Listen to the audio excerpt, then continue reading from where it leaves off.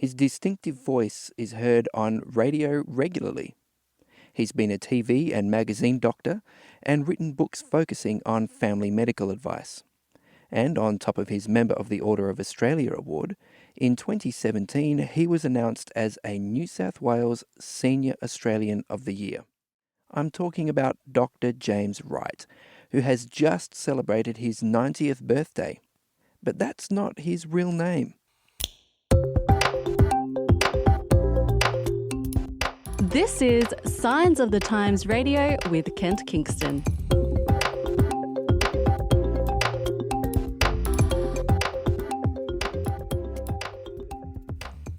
In previous decades, there were legal barriers to Australian doctors having a public media profile. So, in the interest of community health, the pseudonym Dr James Wright was created to protect the true identity of Dr John Knight, a GP based in Sydney. Although he's now retired, he keeps up with the medical journals so he can continue to provide the public with the very latest of health research. I caught up with Dr John Knight at his home near Macquarie University in Sydney. Every day I have a daily radio segment which goes out to about 60 or 70 radio stations, essentially rural, but also some of the cap cities. And this started in way back in about 1980, I think we started. And we're now almost up to number 10,000. So I'm talking to my lovely audience out there, and I love you all, and you're very important to me. Every day I try to have a little medical message for just one point only every day, Kent.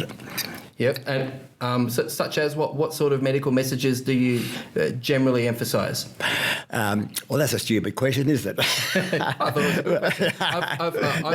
I've heard you talk a lot about lifestyle and Dr Nature and things like that.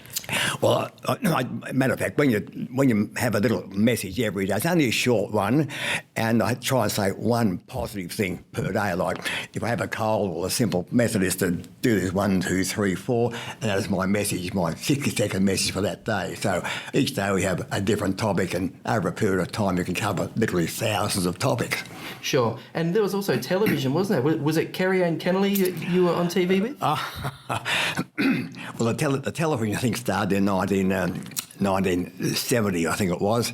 And I'd been doing a lot of media stuff, mainly in cutting my teeth in Woman's Day magazine years and years ago, in 1968, which is a long way away now. Wow. And then after that, one day I got a phone call from this crowd, said, "Oh, look, there's a new television show that started on Monday called The Mike Walsh Show." Oh, yeah. And this is Thursday night at 10 o'clock. This guy rang. He said, our main talent for tomorrow hasn't turned up. She's coming over from Perth, and we are sort of stuck with 8 minutes of silence, and we see your stuff at Women's Day each week, and would you like to come along and do the spot for us as a one-off? I said, yes, absolutely. So toddled along, and off the seat of my pants did this one-off 10-minute thing with Mike, and the following week they rang and said, "Oh, we like that. We'd like to come back again." So I said, "Oh, yes, that'll be fine." And 30 years later... the rest is history, so they say. That thing I'm on for 30 years. Mike did it for 12 and a half years, and Ray Martin took over for the next 10 or 12 years. Then Kerry Ann did the rest of it until the show closed in 2001, I think it was, and I was their only regular all those years. Wow, and I hope this isn't breaching any confidentiality clause or anything, but I understand you were also Dolly Doctor for a while. Is that correct? Absolutely. Well, I was working with Woman's Day magazine for. I just was doing freelance ad hoc stuff. I was just sent some stuff in way back in the 1960s, and the editor she happened to like it, so she started printing my stuff. And then after a few months of this, she rang up and said, "Come in and see us sometime." So I went in, and she said, "Look, we like your stuff because in that era, doctors weren't in the newspapers or magazines." And she said, "We'd like you to do a weekly column for us, and once a month, we want you to do a weight loss diet." And because research shows that women worry about their weight and shape more than anything else. And we reckon a good weekly column plus a monthly special diet. We'll name the diet, we'll give you the name, and we'll do all the pictures and everything. It'll be a double-page spread. So your job is to actually write the diet. Well, no, I said, that's fine. And he said, got any guarantees? I said, I have a 100% guarantee. So follow my diet. In a fortnight, they will lose 2 stone in weight. She looked at me. Wow. How does that work? Yeah. Well, I wasn't going to tell her, was I?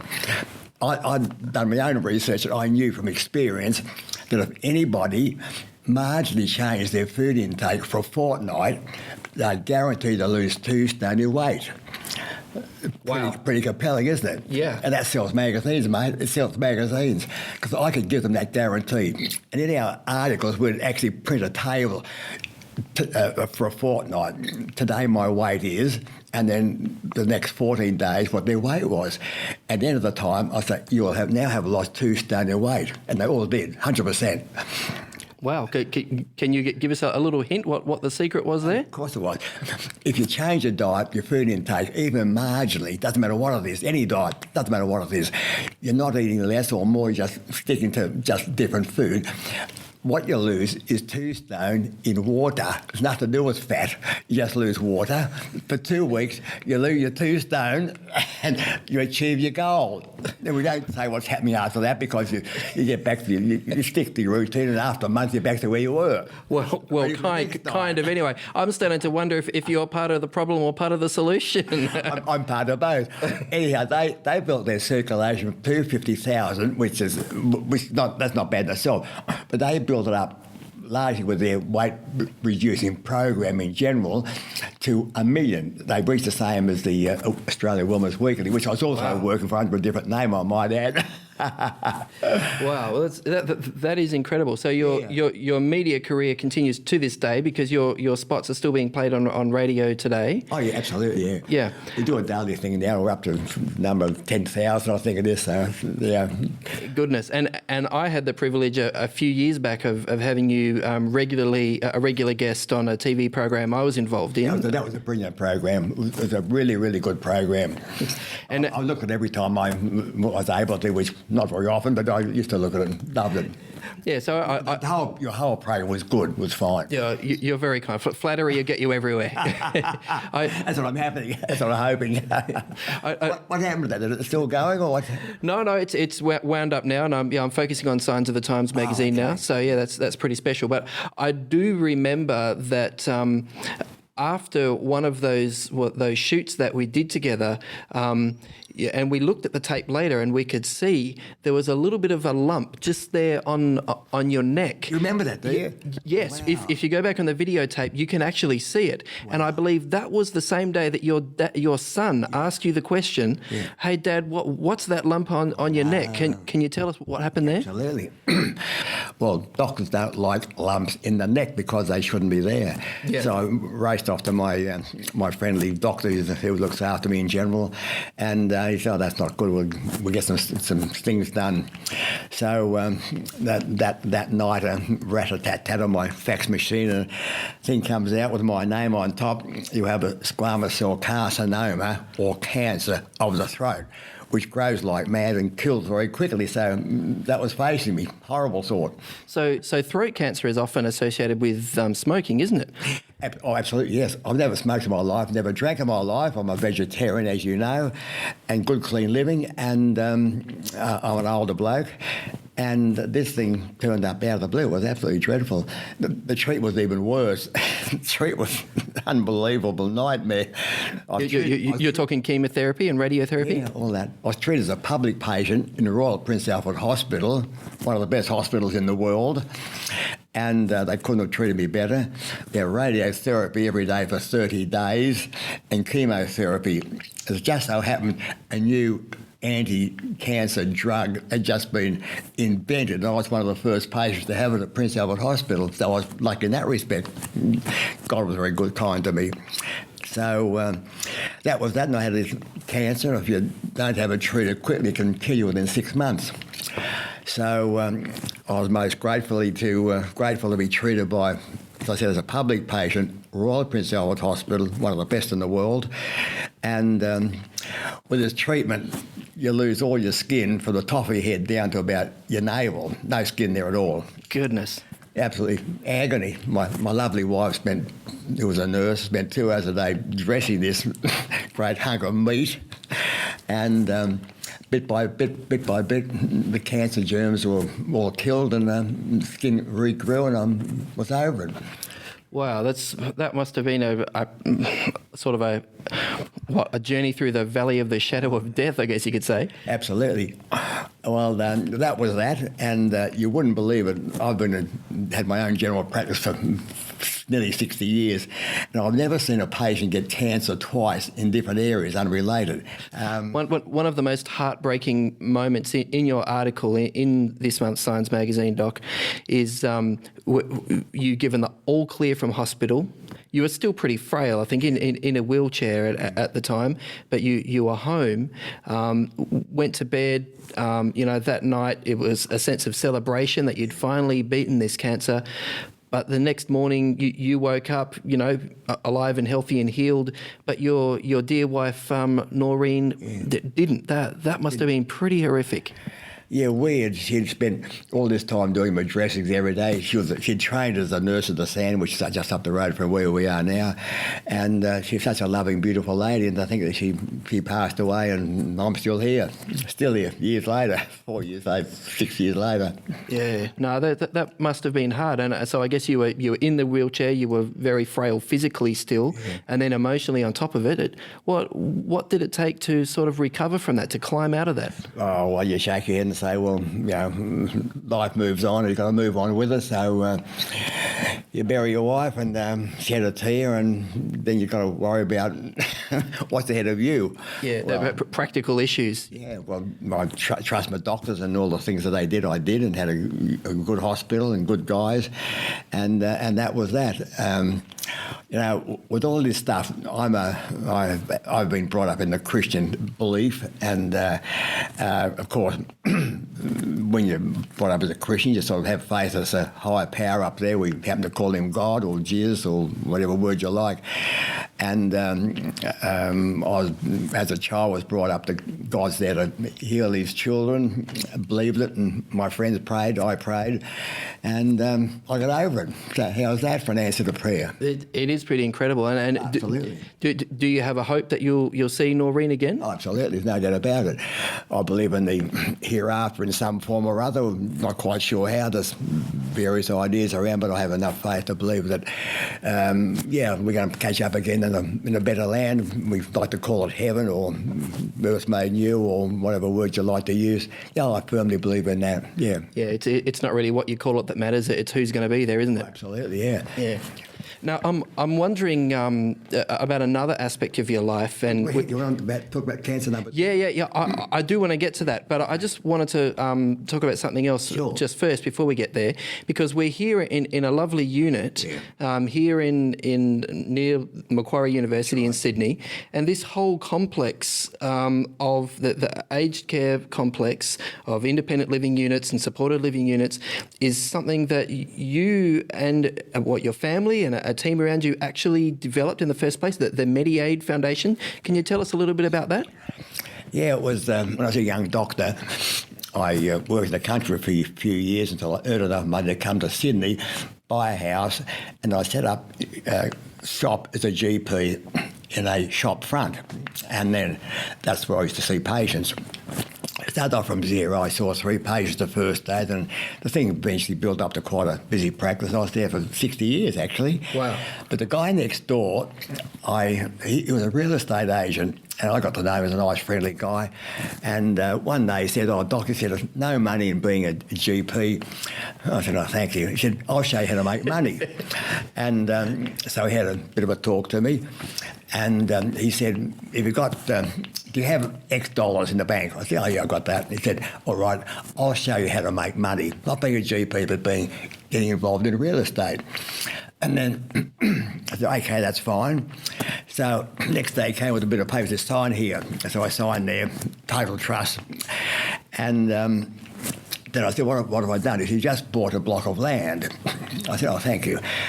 can I have a look at it? Yes, he said, and jump in my car. Went down the road a few miles, and here was this mess. Trees, blackberries, Coke bottles, just this totally covered with rubbish. So you mean to say, you've sold me that? He said, yes, aren't I clever? I got the commission. And over the next month, that bloke worked on that block of land. Next day, bulldozers came in, got rid of all the rubbish and stuff, carted it away in trucks. Next day, a bloke came in with truckloads of dirt and leveled the whole thing out.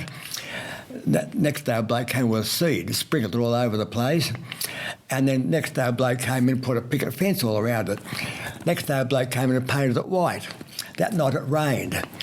And a month later, I had this beautiful bowling green with a white picket fence around it all. So an empty block of land that looked a heck of a lot better than it did before. Absolutely. Then 4 months later, the bloke came and said, sign here. I said, what's happened? He said, we have sold you a block of land. He said, and I get the commission a second time. Aren't I clever? I said, oh, how did I make out? He said, have a look at this. I looked at it, I couldn't believe it. I said, that's nearly 20 times what we paid for it. Yes, I said, you waste your time being a GP. I'll teach you how to make money. I couldn't believe it. That's what actually happened. So I'm 26 years of age, which is pretty young, 26, and this great heap of money turned up. He'd like to do it again. He said, I won twice the size. Go ahead, I said, let's do it. And we did that. And then we did another one. Then he said, look, there's 4 acres of land down the road. We could do a subdivision. I know all the guys who do all this sort of stuff. So we did this subdivision. And the money started absolutely pouring in unhealthy amounts. Vast amounts. and you're a doctor, so you know what unhealthy is. But anyhow, this is amazing. I'm exposed to this huge input of money. When you're a kid, 26, you're only a kid still, aren't you? It can go to your head, can't it? Well, it went to my head and also went into my bank balance too, which started to become huge. Yeah. And so as soon as we finished one, this guy would get another project and another one and another one. And I said, how long is this going to go on for? He said, how long is a ball of string? Yeah. And I kept on with that bloke for 30 years. Mm-hmm. With this money pouring it at this unbelievable rate. So I said, I have a talk to my dad. I said to myself, my dad was a very savvy guy, and he said, well, most are going to go in tax, isn't it? And I said, yes. He said, what say you try and do something of some value for elderly widows, the place is riddled with them, they haven't got a house, nowhere to live, their husband died of a heart attack at the age of 50.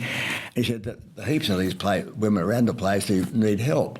So with a bit of talk and thinking, I spoke to my brother, who was in Sydney Rotary. He said, well, I have lunch every day with the Deputy Commissioner of Taxation. His name is Ron Gray. I'll discuss it with him, which he did. And Ron Gray said, send him down and I'll organise something for him, which I did. Within a week, I had Medi-Aid Centre Foundation was incorporated as a PBI, a public benevolent institution, and a tax-free entity. And our job was to build accommodation for elderly widows to provide them with housing at a very small rental that they could afford.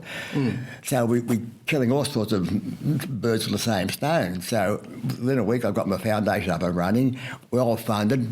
Well, the future, money is no object.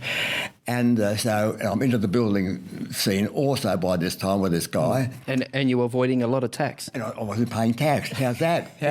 Yes, yeah. Making me dad happy. He's getting his little old widows with a lovely house. They're paying about a quarter of the going rent. So what year was it that the Medi-Aid Foundation actually got started? What year was that? 71. 71. Yeah. So from then to now, do you have any estimate of how many people you've accommodated or how many people who've been assisted? Well, hundreds and hundreds of them. The foundation now, because of all this stuff, it's very wealthy because all the money's been ploughed into buying real estate or actually building, because we build blocks of flats and all sorts of things too. So right now, at this very moment, we have 500 elderly widows live in a lovely home unit on the Gold Coast. And they pay a minuscule rent, which is no burden to them at all. Otherwise, they have nowhere to live. So we've got this going, and we'll we'll reach 1,000 before I die of old age, which would be a long, long time, mate. Many years down the track, no doubt.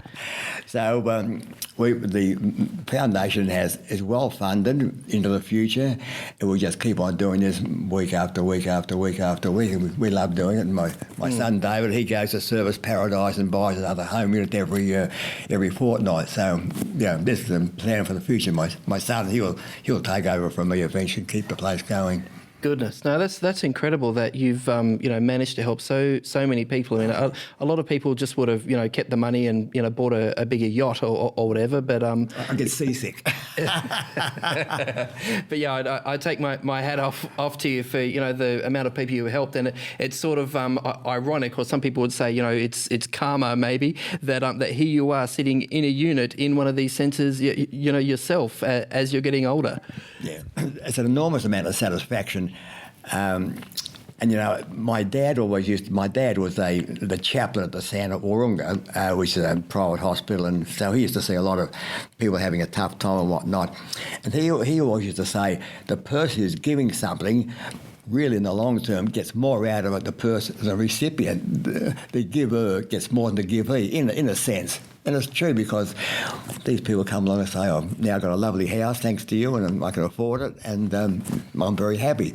Yeah, it's an incredible feeling, isn't it, to know you've done that. Yeah. Yeah. Well, it's the Christian ethic, isn't it? Yeah, well, absolutely. Do the other bloke what you'd like him to do to you. It's just the golden rule, and it's no big deal. We don't talk about it. We don't tell anyone about it. But anyhow.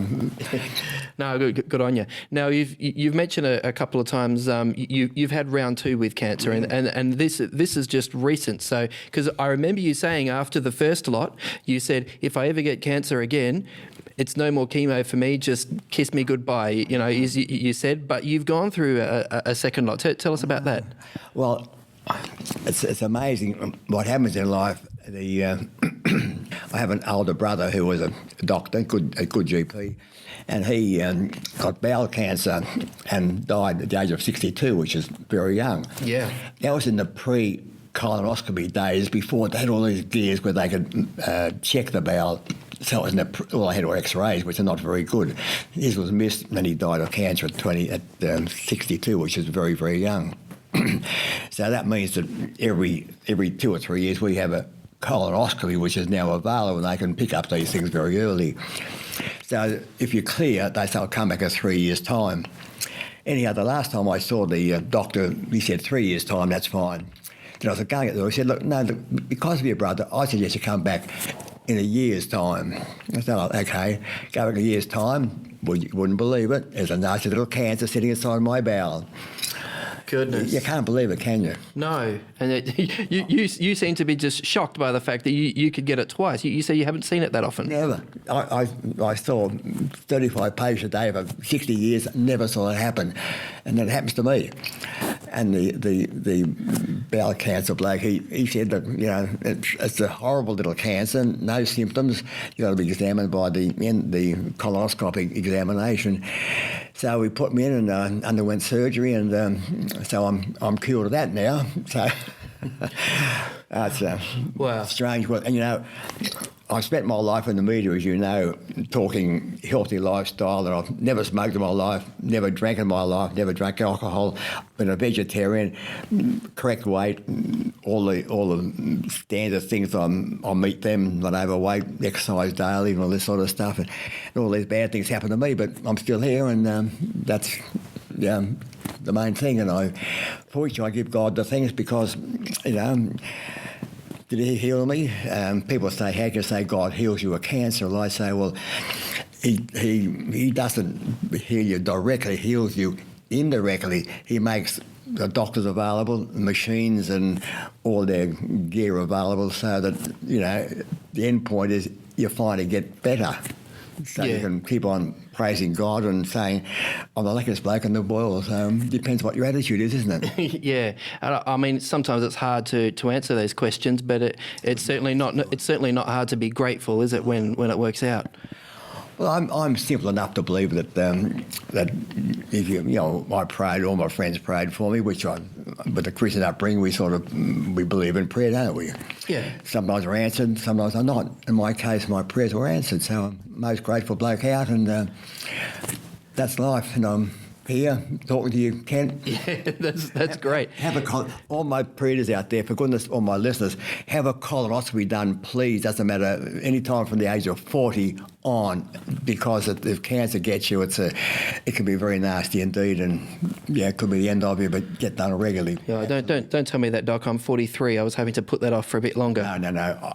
I would say anyone over 40, I would suggest see blokes who do this. They specialise in it. Run in a hospital for a couple of hours in the morning, and they send you back home. Yeah, the gastroenterologist.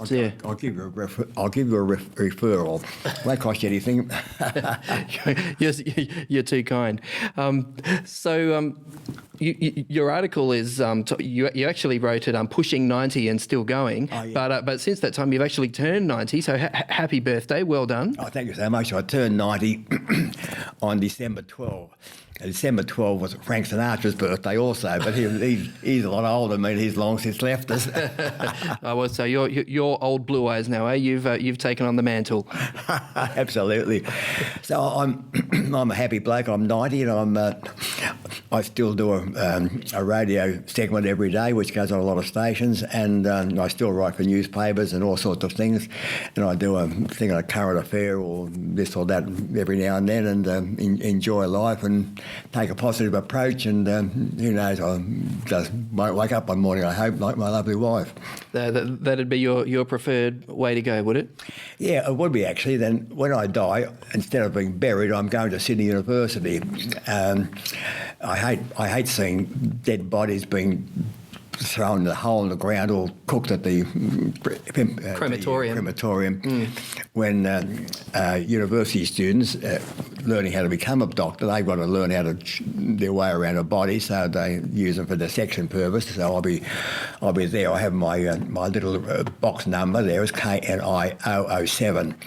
So you can come and visit me when I'm dead if you like, and I'll be there. Goodness, wow! So even looking to be generous and do some giving, even in death. Absolutely, yeah. And then when you apply for this, which I did many years ago, they said, "What do you want us to do with the remains?" I said, "Well, only bits and pieces every day for a year or two." They said, "Yes, right." And I said, "Well, what are the preferences? What are the options?" They said, "Well, we can scrape it all together and cook it and just bring it on as fertiliser to our lovely rose garden. You'll be there in good company with lots of other people." So I'll be fertilising a lovely red rose, even after death. Come and say hello to me, Kent.